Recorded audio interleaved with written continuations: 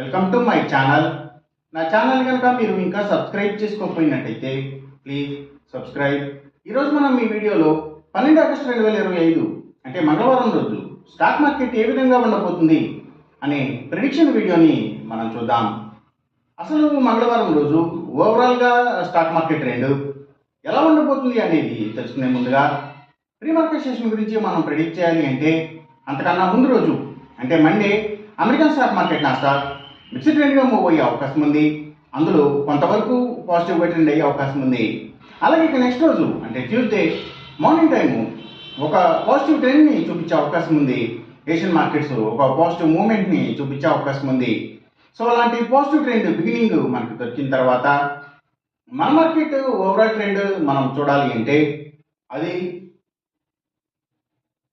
పాజిటివ్గా ట్రెండ్ అయ్యే అవకాశం ఉంది. అలాగే సేమ్ బ్యాంక్ నిఫ్టీ కూడా పాజిటివ్గానే ట్రెండ్ అయ్యే అవకాశం ఉంది. నిఫ్టీ ఐటీ మాత్రం కొంతవరకు నెగిటివ్గా ట్రెండ్ అయ్యే అవకాశం ఉంది.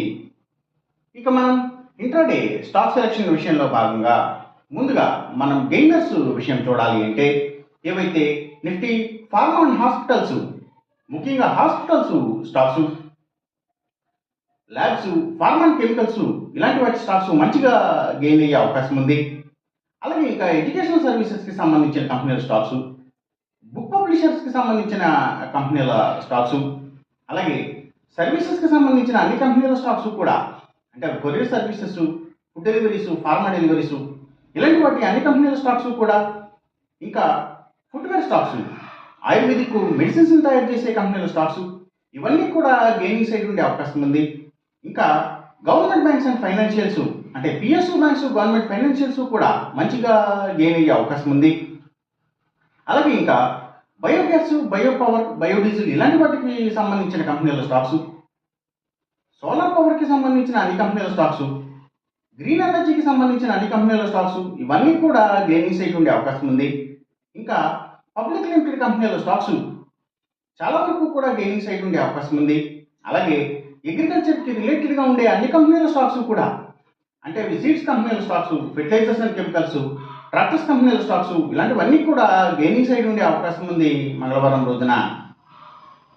ఇక మనం ఇంట్రాడే లూజర్స్ విషయం చూడాలి అంటే ఏవైతే కమ్యూనికేషన్ సెక్టర్ స్టాక్స్, వాటిని బేస్ చేసుకుని పనిచేసే cell phone towers, cables, internet services providers ఇలాంటి వాటి స్టాక్స్, మీడియా అండ్ టెలివిజన్ ఛానల్స్కి సంబంధించిన కంపెనీల స్టాక్స్ ఎక్కువగా నెగిటివ్గా ట్రెండ్ అయ్యే అవకాశం ఉంది.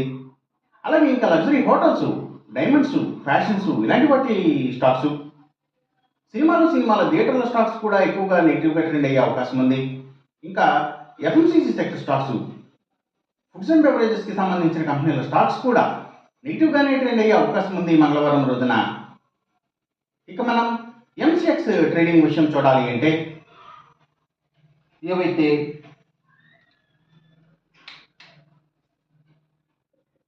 గోల్డ్ ప్రైసెస్, అలాగే సిల్వర్ ప్రైసెస్, ఇంకా crude oil and natural gases prices ఇవన్నీ కూడా తగ్గే అవకాశం ఉంది. కాపర్ ప్రైసెస్ మాత్రం కొంత పెరిగే అవకాశం ఉంది.